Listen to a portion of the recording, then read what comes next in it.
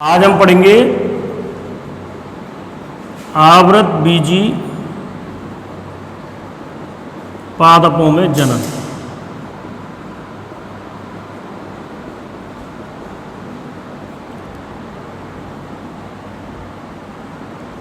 देखिए, जनन के बारे में परिचय मैं आपको इससे पहले ही वीडियो में बता चुका हूं। आज हम लैंगिक जनन पढ़ेंगे और लैंगिक जनन में लैंगिक अंग भाग लेते हैं। दो प्रकार के लैंगिक होते हैं, नर लैंगिक अंग और मादा लैंगिक अंग।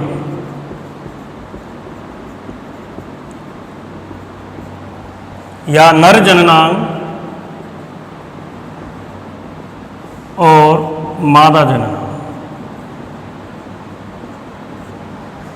जननांग मतलब वे अंग जो जनन क्रिया में भाग ले रहे हैं। संधि विच्छेद करें, जनन प्लस अंग, वे अंग जो जनन की क्रिया में भाग ले रहे हैं वो क्या कहलाते हैं? जननांग।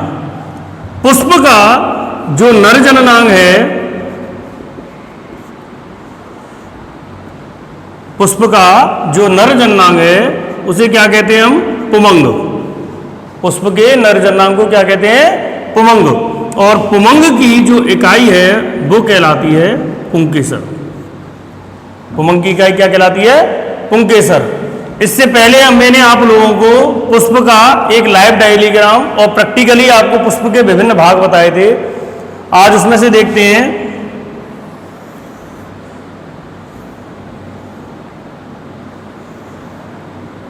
ये पुष्प का नर जननांग होता है, ठीक है। एक तंतुनुमा संरचना और ऊपर एक फूली हुई घुंडी सी संरचना रहती है। इसे सम्मिलित रूप से पुष्प का नर जननांग कहते हैं। सभी नर जननांगों को सम्मिलित रूप से क्या कहते हैं? पुमंग। और इसकी इकाई पुंकेसर। ये जो आपके सामने चित्र है ये एक पुंकेसर का चित्र है, ठीक है। पुंकेसर के दो भाग होते हैं। पहला होता है पुतंतु या फिलामेंट और दूसरा होता है परागकोश या एंथर, ठीक है। पुंकेसर के दो भाग हैं। पहला है पुतंतु या फिलामेंट, परागकोश या एंथर, ठीक है। अब आता है पहला आपका भाग पुतंतु, ठीक है। पु प्लस तंतु, वह तंतुनुमा संरचना जिससे पुंकेसर पुष्प पर व्यवस्थित रहता है, ठीक है। वह तंतुनुमा संरचना जिसके द्वारा पुंकेसर पुष्प आसन पर या पुष्प से जुड़ा रहता है क्या कहलाता है? आपका पुतंतु। तो इसकी अगर परिभाषा बनाए प्रॉपर, पतली लंबी तंतुनुमा संरचना, पतली लंबी तंतुनुमा संरचना ये रही, जिसका समीपस्थ सिरा पुष्पासन से और दूरस्थ सिरा परागकोश से जुड़ा रहता है। पतली पुष्प पुंकेसर की पतली लंबी तंतुनुमा संरचना जिसका समीपस्थ सिरा पुष्पासन से और दूरस्थ सिरा परागकोश से जुड़ा रहता है क्या कहलाता है? वो पुतंतु, ठीक है। समीपस्थ सिरे से तात्पर्य है जो पुष्पासन के समीप हो। जैसे पुष्पासन है, जो पुष्पासन के समीप हो वो समीपस्थ और जो उससे दूर हो वो दूरस्थ। दूसरी भाषा में परिभाषा बनाए तो पतली लंबी तंतुनुमा संरचना जिसके द्वारा परागकोश, ये परागकोश है, जिसके द्वारा परागकोश पुष्पासन से या पुष्प से जुड़ा रहता है, या परागकोश एवं पुष्पासन के मध्य उपस्थित लंबी पतली तंतुनुमा संरचना पुतंतु या फिलामेंट कहलाती है। ठीक है, दूसरे भाग की ओर आते हैं। दूसरा कौन सा भाग है? परागकोश या एंथर। ठीक है, परागकोश या एंथर। देखिए शाब्दिक अर्थ क्या निकलता है? पराग प्लस कोश। पराग प्लस कोश, वह कोश या वह कक्ष जिसमें परागकण भरे हुए हैं, क्या कहलाया? परागकोश। ठीक है, प्रॉपर डेफिनेशन बनाते हैं। पुतंतु के ऊपर व्यवस्थित, पुतंतु के ऊपर व्यवस्थित घुंडीनुमा फूली हुई संरचना।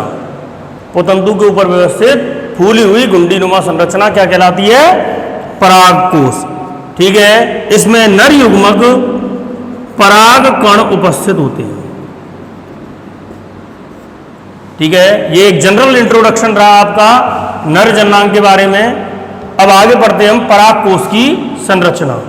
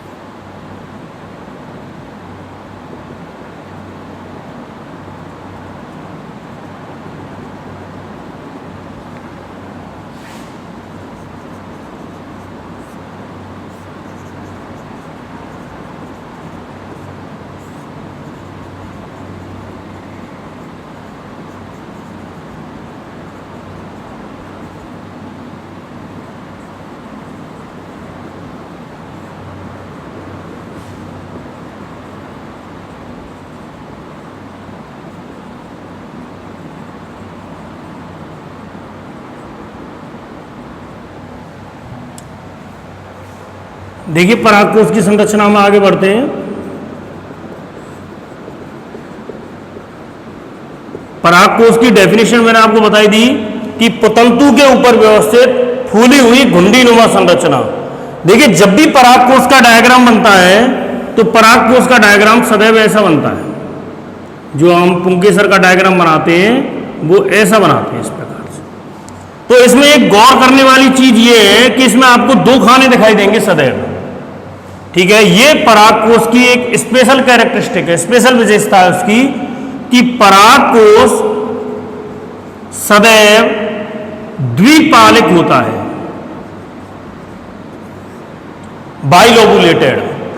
द्विपालिक अर्थात दो पालियों में विभक्त, मतलब दो पालियों से मिलकर बनी हुई संरचना होती है। ठीक है, इसकी जो ये दोनों पालियां हैं, बड़े डायग्राम की ओर देखिए, एक पाली ये रही, एक ये रही। दोनों पालियां परस्पर योजी ऊतक या कनेक्टिव टिश्यू के द्वारा जुड़ी रहती हैं। ठीक है, बड़े डायग्राम में देखते हैं इसकी जो दोनों पालियां होती हैं, दोनों पालियां परस्पर योजी ऊतक के द्वारा जुड़ी रहती हैं। ठीक है, जब इसकी अनुप्रस्थ काट का अध्ययन किया जाता है तो देखा जाता है कि प्रत्येक पाली में दो कोष्ठक नुमा संरचनाएं रहती हैं। परागकोश की प्रत्येक पाली अर्थात एक पाली में दो है तो दोनों पालियों में कितनी हुई? 4। ठीक है, प्रत्येक पाली में दो कोष्ठक नुमा संरचनाएं होती हैं जिन्हें हम क्या कहते हैं? लघु बीजाणु धानी, जिनमें नर युग्मक लघु बीजाणु उपस्थित होते हैं। ठीक है, इस प्रकार एक परागकोश में टोटल 4 लघु बीजाणु धानियां होती हैं। ठीक है, एक परागकोश में कितनी लघु बीजाणु धानियां हुई? 4। यहां पर अपवाद स्वरूप देखें तो आपका मालवेसी कुल है। मालवेसी कुल के पादप जैसे कपास है, भिंडी है आदि, मालवेसी कुल के जो पादप हैं उनके पुंकेसर एक पालिक होते हैं। उनके पुंकेसर कैसे होते हैं? एक पालिक। बाकी सभी की कैसे हैं? द्विपालिक।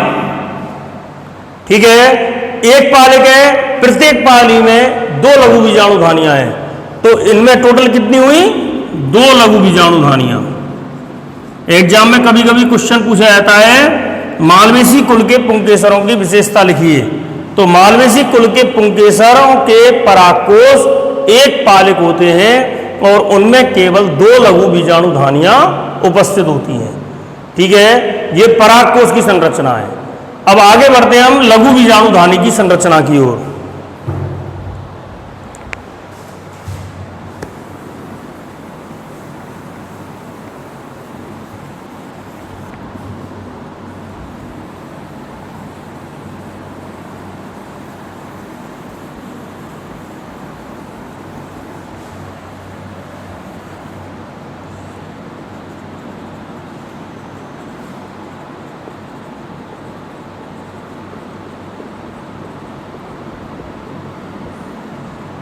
लघु बीजाणु धानी की पहले परिभाषा देखते हैं।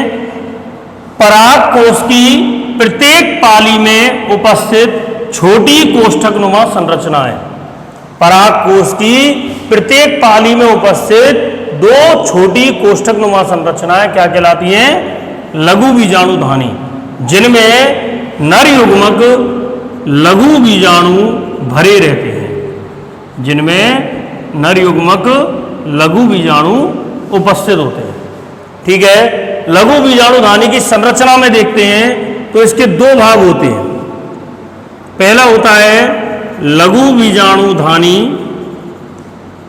या परागधानी भित्ति, और दूसरा होता है बीजाणु जनन ऊतक। ठीक है, लघु बीजाणु धानी भित्ति या बीजाणु जनन ऊतक। डायग्राम से देखें।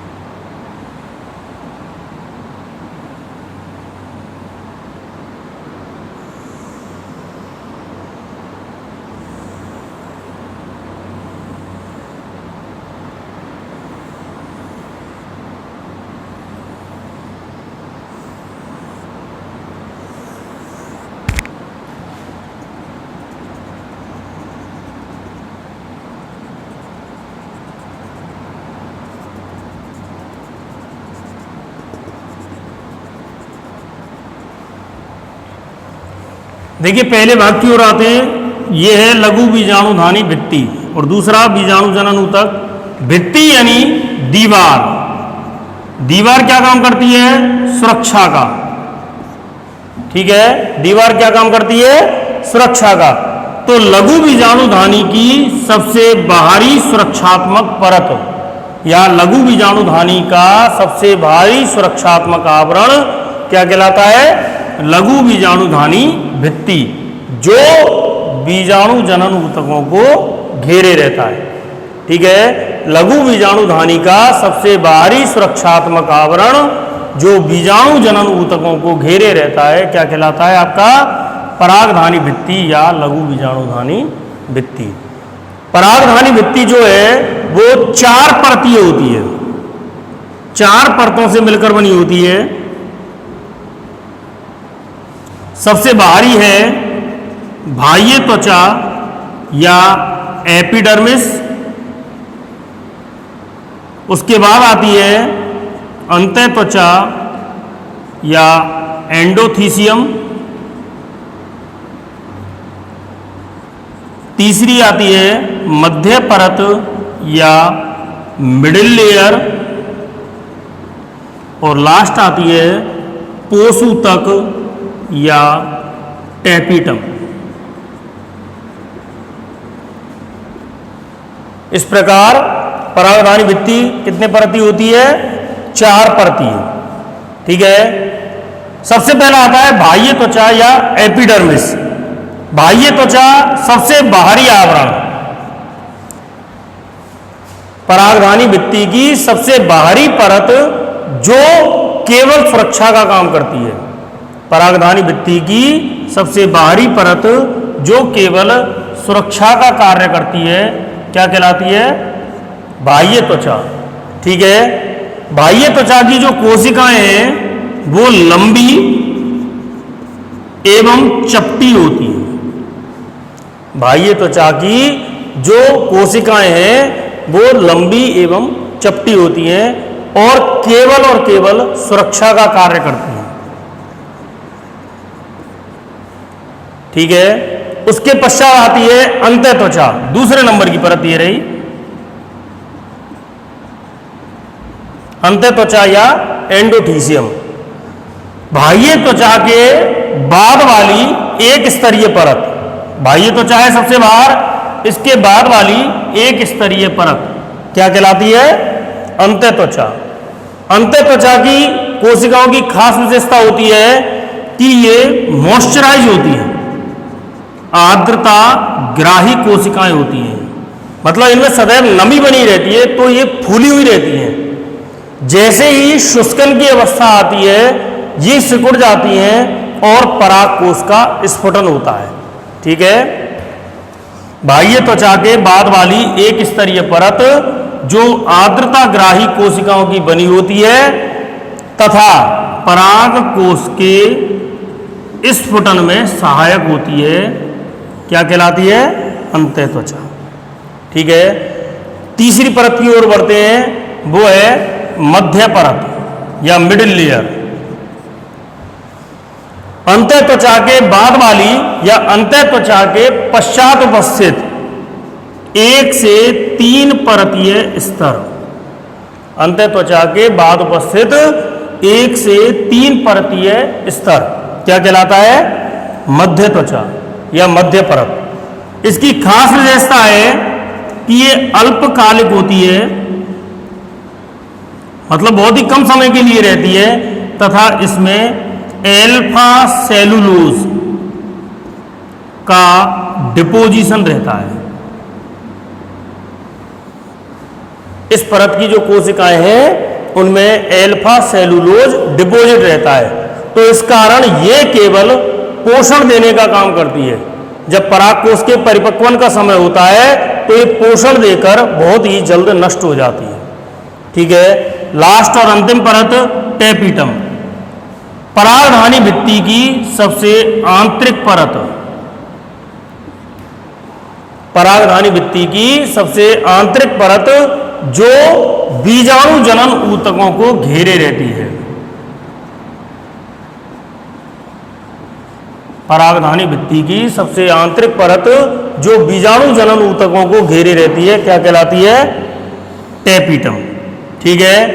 टैपिटम की 2 प्रकार की कोशिकाएं होती हैं, एक होती है अमीबॉयड और दूसरी होती है सीक्रेटरी। टैपिटम की कोशिकाएं 2 प्रकार की होती है, अमीबॉयड और सीक्रेटरी। अमीबॉयड ये कोशिकाएं जैसा नाम से स्पष्ट हो रहा है अमीबा के समान गति करती हैं, तो जब लघु बीजाणुओं के परिपक्वन का समय होता है तो ये कोशिकाएं अपने स्थान से, जैसे ये टैपिटम है, यहां से गति करेंगी बीजाणु जनन ऊतकों के मध्य जाएंगी, उन्हें पोषण प्रदान करेंगी और नष्ट होंगी। और दूसरी है सीक्रेटरी, ये अपने स्थान पर ही बने रहकर पोषक पदार्थ स्रावित करती हैं, जिनसे बीजाणु जनन ऊतक पोषण ग्रहण करते हैं। ठीक है, लास्ट संरचना है बीजाणु जनन ऊतक। बीजाणु जनन ऊतक, बीजाणु अर्थात लघु बीजाणु, माइक्रोस्पोर, जनन पैदा करना, ऊतक कोशिकाओं का समूह।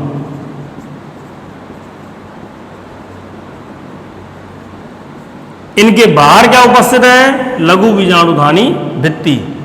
तो परागधानी भित्ति द्वारा आवृत, परागधानी भित्ति है पूरी, इसके द्वारा आवृत कोशिकाओं का समूह जो अर्धसूत्री विभाजन के द्वारा